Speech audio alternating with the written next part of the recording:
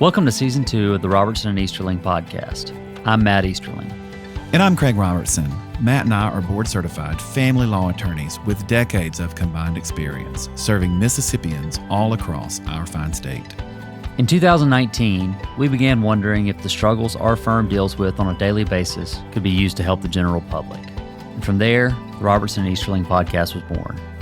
During Season 1, we had open and honest discussions with everyday people about their individual relationship journeys, some ending in heartbreak and others in redemption, but all with powerful stories to tell. In Season 2, you will hear more of the same real-life stories from other marriage and divorce survivors, which are sure to touch your heart. So now, relax and enjoy today's episode. What you're about to hear is going to help.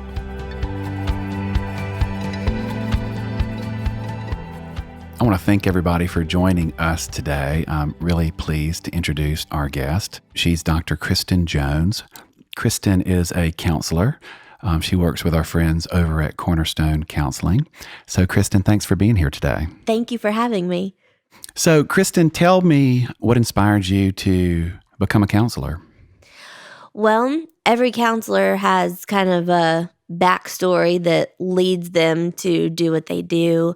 I grew up in Dallas. My parents divorced when I was 2, and I was in Dallas for 17 years with my mom. She's very unhealthy in addiction, and so that led to some of my path towards counseling in my later years. I moved to Memphis when I was 17, moved in with my dad. He was going through his second divorce at the time, and I went to University of Memphis after that and finished my bachelor's in psychology. I met my husband in Memphis, and we just kind of started dating, and he's from Jackson, and we eventually got married, moved to Jackson. I applied for the master's in counseling program at Mississippi College, and I ended up finishing that. And then I just kind of didn't feel like I was done with learning. I never feel like I'm done learning. And so I continued on with my doctorate at the Doctorate of Professional Counseling program at Mississippi College and finished that up. Let's back up just a little bit. You said that your parents divorced when you were 2, so you really don't remember any other way of being than your parents apart. Right. And were you their only child?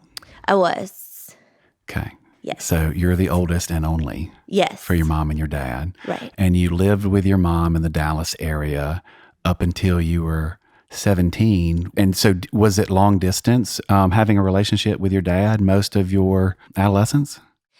So my dad, he married his second wife when I was 3, and they stayed in the Dallas area and had 2 kids together. And my dad ended up taking a job as an attorney in Memphis when I was 10. So I had several years where every other weekend I was at my dad's house with my half-brother and half-sister and stepmom. And then when they moved to Memphis, that was hard because I had to kind of transition from every other weekend to just, summer or every other Thanksgiving, every other Christmas. Were you close to your dad? Yes. So based on what you said, you were primarily in the custody of your mom, but you had a very active relationship with your dad. And at the age of 10, you were geographically separated from your dad, right? And so what do you remember about that geographic separation, being a young girl who wants a relationship with her dad, but that's probably a good 6-hour drive between Memphis and Dallas, right? Yeah. It was hard. I remember... it's like a grieving process. I mean, I remember feeling like there were nights where I would just cry unconsolably when he moved. And it was hard at 10, just not being able to see him as frequent as I was.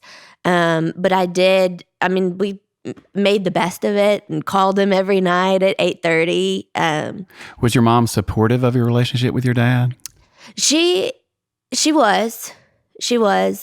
My mom was not healthy. There's a lot of addiction, mental health issues going on. So she was not present a lot of the time. Not present, emotionally present, or not physically present, or both? Both. Not emotionally present. Physically, she was there, but there were times where she just wouldn't get out of the bed for weeks at a time.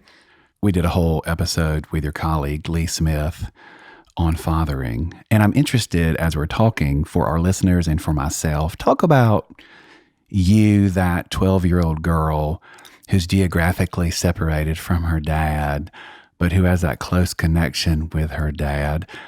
Talk about that bond with your dad. Gosh, I always say my dad's always been my best friend. He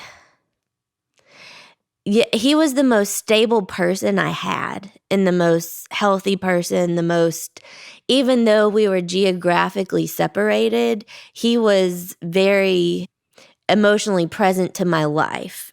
So asking, how did you do on your math test, or how did your dance practice go, or just he was that involved party. He was present to what was going on in my life. And I didn't have that at home, even though I lived and was in the custody of my mother when I was there full time. Nobody was asking me questions like that except for my dad, who was in Memphis. And you eventually chose to go live with your dad, is that right? Yes. Talk about that transition. So when I was a senior in high school, I was pretty depressed and just in a bad emotional state. I guess you would call it just close to neglect. Like I'd pretty much raised myself and was doing my best to get through all the challenges of high school kind of on my own. And so my dad was divorcing his second wife. And when she left over Christmas, I moved in. I packed everything I owned in 3 suitcases and hopped on a plane and flew into Memphis. Did you have your mom's blessing to do that? I did. I think she knew that she wasn't in a healthy spot and knew that I was miserable. And so she let me go.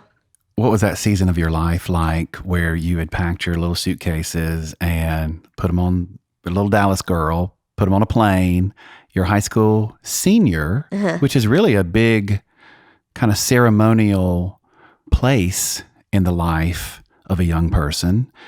But yet you left that behind, packed your suitcase, got on a plane, and flew to Memphis and moved in with your dad in the wake of his second relationship breakdown. Yeah, that's kind of when my dad and I have a joke. We started life over together. My dad always says, you pull yourself up by your bootstraps. And at this time, we were able to do that together.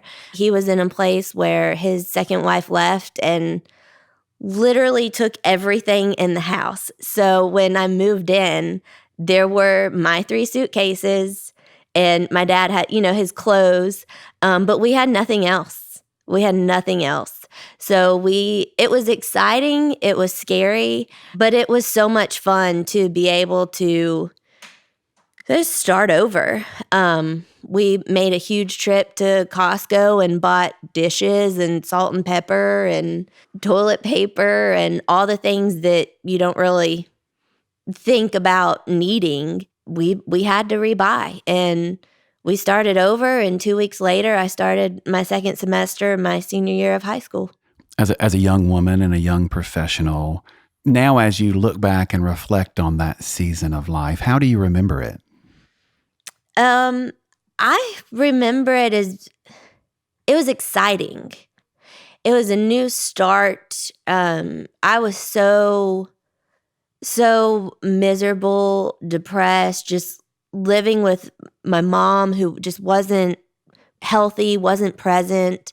And it was great to have a parent where every night we'd go to dinner or he would cook dinner. And so it was almost like I had a parent, it's almost like I was a kid again and I could be parented. That's really interesting. I'm reading this book right now. I told you that I just got back from my first meeting. I'm doing a Enneagram cohort in Dallas, and our homework for our next meeting is to read this book called Callings, and it's a book by Greg Lavoie. And I'm like 9 pages into this thing, and I'm like highlighting and I've written all in it already. But part of what he talks about, and the book is about discovering your calling in life, and he talks about a Nobel Prize winning physicist who talked about friction being a fundamental part of the universe, and that it requires frictions to make mountains, to make pearls, to make diamonds, to make these things that we treasure. And that also works in the human condition as well, because when there is friction in our life, a lot of times that is when the most growth happens. And as you were talking, I was reminded of that piece in the book, because that was obviously a season of significant friction, but of also growth and excitement. Yeah. Yeah, I like that analogy a lot. And I think that it, as uncomfortable as the friction was and as miserable as it was all necessary to push me, get me, grow me to where I needed to be. And so you had this chaotic childhood, for lack of a better word. Is that what drew you into studying the human condition, to studying psychology? Yeah. I started out kind of wanting to figure out, what drove people to behave the way they behave. Why was my mom unhealthy? Why was she addicted? And then kind of grew into just a general interest in human behavior. What motivates people to do what they do? So, Kristen, then, like a lot of people who are drawn to mental health and counseling, you were trying to make sense of your own life to a certain degree. Yeah, absolutely. So you said your mom was in a real unhealthy place and your parents had divorced when you were really, really little. Did you do your own work in therapy growing up? My mom took me to therapy as a teenager because I had depression, but I never related to a therapist because they were always older. Their waiting rooms were very I just never felt like I belonged in a place where I could actually talk about what was going on in my house. And some of it I didn't even know was unhealthy, because when you live in it, you think it's normal. And so I didn't even know some things were unhealthy enough to know to talk about it. Are you comfortable enough to share maybe a story from your childhood that gives our listeners an example of the chaos that you were living in with your mom? Yeah, so I'm not exactly sure how I would label my mom or what she had. I just knew it was very unhealthy. She was not present. So that looked like she would, stay in bed for weeks at a time. And then some days I'd come home from school and she'd just be extremely angry and yelling. And some days I'd come home from school and she would have been in the bed for a week. So I would kind of take, whatever cash was laying around, walk across the street to the Kroger, buy myself some groceries. I'd find rides to school. I'd find rides home from school. Is very stressful because things that would normally just be taken care of, like being taken to school or being picked up from school, created a lot of panic in me because I didn't know. I had to rely on other people, and I really hated having to do that. Hey, I'm Matt Easterling. Thanks for listening to Season 2 of our podcast. I hope you're finding these stories insightful and comforting. If you relate to anything you've heard so far, or if you just want more information, you can request a consultation right from our website by completing a simple online form. Of course, you're also free to just give us a call. Family law is all we do. As experts, We have the information and advice you need to move forward, whatever that may look like for you. We would love to be in your corner.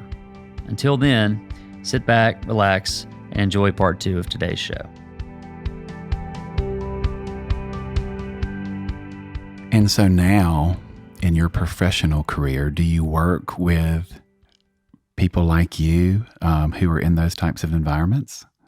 Yeah, I mean, that's the passion that kind of drove what I do, is being able to help girls that are maybe not in similar situations, may not be exact situations, but just having a very real relationship and knowing what that experience is like for kids, teenagers, where their parents may not be in the best place. Let's talk about those girls, those 14 to 18-year-old Mississippi girls. What are their struggles? Anxiety, low self-esteem, depression. A lot of them is, just kind of, I think middle school, high school is hard enough navigating that world emotionally. And then you have whatever your home life situation is on top of that, and being able to make sense of that, and being able to really just trust yourself and have confidence in yourself, and then carrying that over into school environments. How would you define anxiety? Because I think that's something that people get confused by, about what exactly is anxiety and how does that manifest itself in a 15-year-old girl? So a lot of the time, I try to differentiate fear from anxiety. And fear is when there is a real threat, and anxiety is where there is a perceived threat that may or may not actually come to fruition. Right. It's a lot of futuristic thinking that, like you said, may or may not be real. And I think it's a way of, what I see in teenagers is a way of preparing yourself to be able to control whatever futuristic outcome.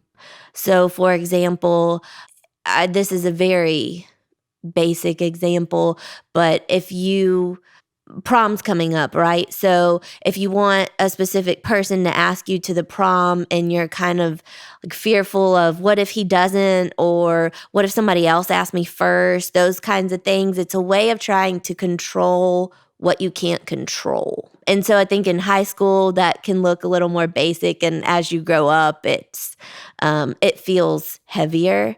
But I think it's a way of, we all want some control over our environment to some degree. And I think anxiety is a bad coping skill of trying to prepare yourself for what you can't control.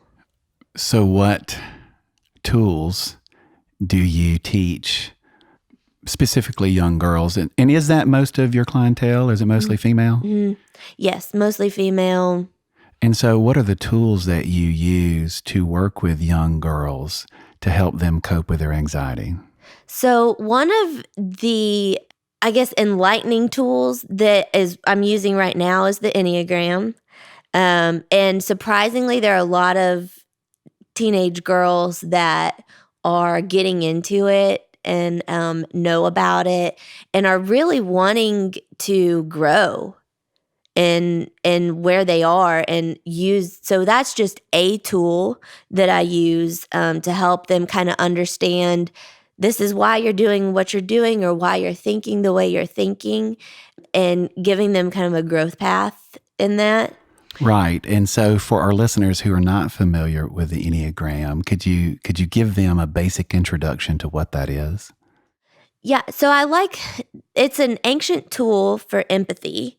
And the way we use it is to help uncover our unconscious motivations for doing what we're doing. And so use it in a way of saying, okay, if this is what your motivation is underneath the surface of your behavior, uncovering that, just the awareness in this is what I'm motivated to do or motivated to get. And this is why I'm behaving the way I'm behaving, and what that looks like in relation to other people around them. That's a great explanation. I would recommend a tool to the listeners who are interested in that. Suzanne Stabile did a audio series called Know Your Number, and I'll put the link to that in the resources page. But that's a way to introduce yourself to these concepts. And for example, my number is an 8. I'm an Enneagram 8. And so my core motivation is to avoid vulnerability. And a Enneagram 1, for example, they have an inner critic, and that inner critic is the driving force for a lot of their actions and activity. And an Enneagram 6, for example, is very fear-based, and so that either real or imagined fear is one of the driving forces, and so there is this constant underlying current of anxiety. Mm-hmm. Mm-hmm. Yeah. And so how do you use that tool with young girls? When a girl comes in and is interested and she knows kind of her number, we just really start diving into it. And I think it's helpful for them to see what's motivating their behavior, what their subconscious motivation is, which the Enneagram kind of reveals all of that for each number. And I think once they're aware of that, they are more aware of why they're behaving the way they're behaving. And so what we do is work on creating more space there. It's not a thought and a reaction or a need and a reaction. It's this is my feeling or this is my thought, but let me pause because I now have some more awareness around why I'm needing this or why I'm thinking this. And then I can decide how I want to get that or how I want to behave in that. Yeah, so what I heard you say was it gives the person a language for their feelings and their motivations. Yeah. Yeah. And I think that's so helpful because either, in adolescence, there's just not a lot of awareness around, they just don't have a lot of language for how they're feeling. It's just all feeling that's kind of stuffed or pushed down or exploded. And so having that language is helpful. I can testify that 14 and 15-year-old girls are all feelings because I live with 2 of them.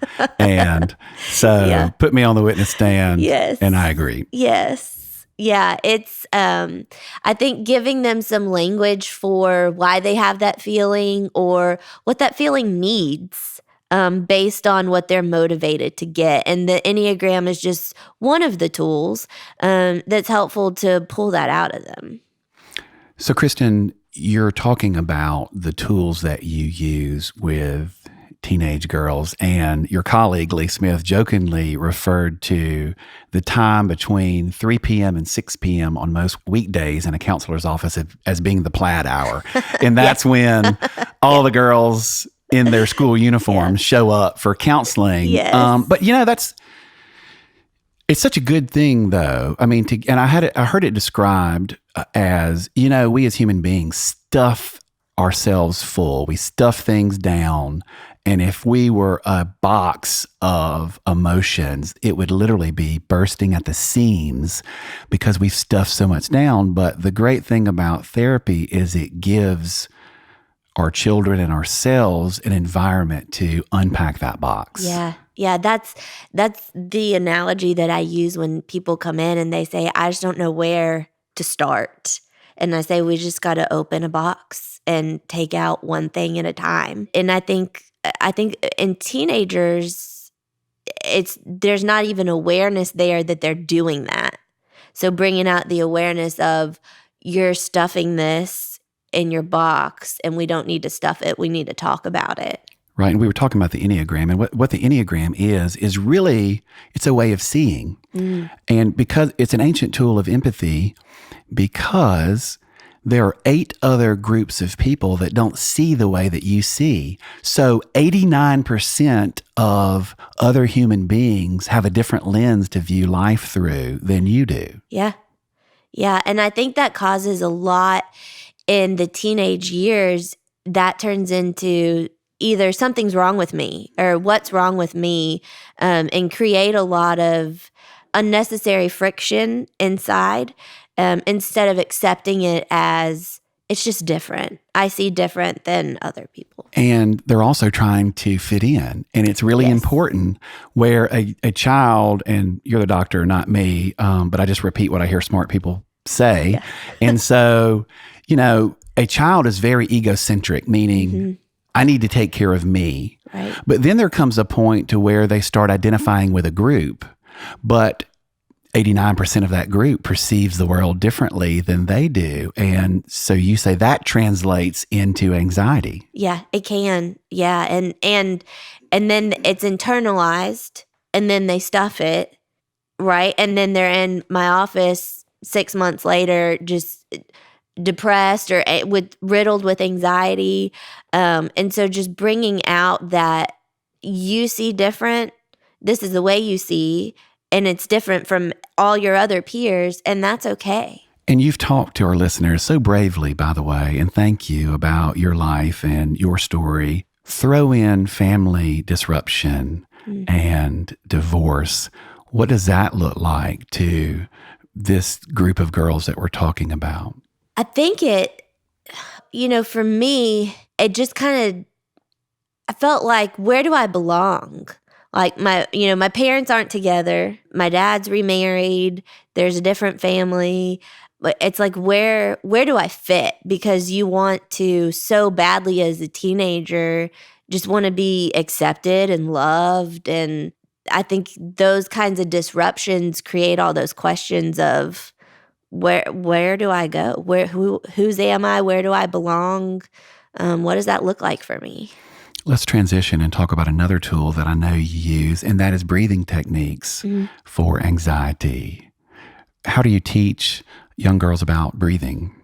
So I always get some pushback on that because I think it's just so simple, but really it controls. It's like I describe it as a remote control for your emotions. And so it's like, if you turn the volume up, you're anxious and your heart's racing really fast. And then if you can do some just very simple, deep breathing, it turns the volume down and slows your heart rate, lowers your cortisol levels, and brings back the awareness of the anxious thoughts that are going around in your head.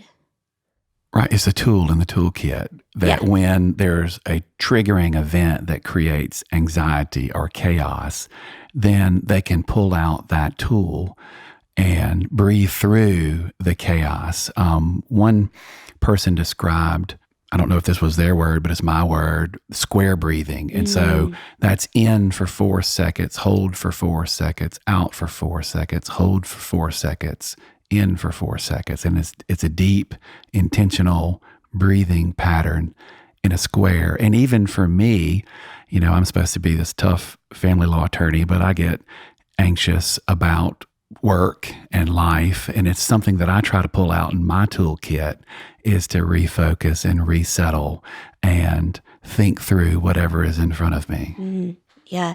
It shifts the focus from what you're anxious about to, I now have space. And in that space, I can have some control, at least over how I need to respond, or the very least, how I need to think about this. That's really well put, because it's almost like the fear creates this perceived claustrophobia. And but the breathing opens up space, just like you said. And so these emotions aren't on top of me. There's more separation and more white space. Yeah. And so I can be more peaceful. Yeah. Yeah. I have some sense of control in this fear-based thinking. Well, thank you so much for that. And thank you for sharing with us today, really about your life and about your practice.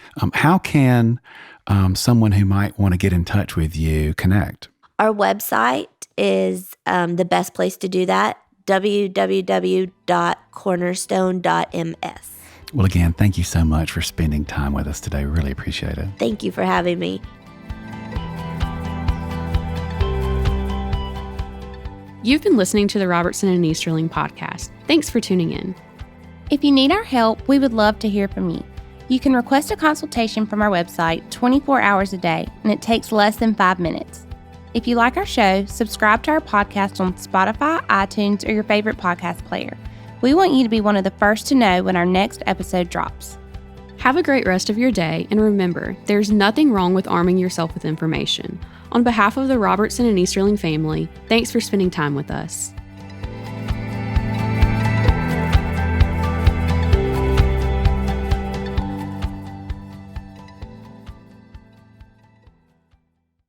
This podcast is not a substitute for an attorney. All information is provided as a general reference and public service. Listening to this podcast does not create a professional relationship with Robertson and Easterling or any of its attorneys or guests.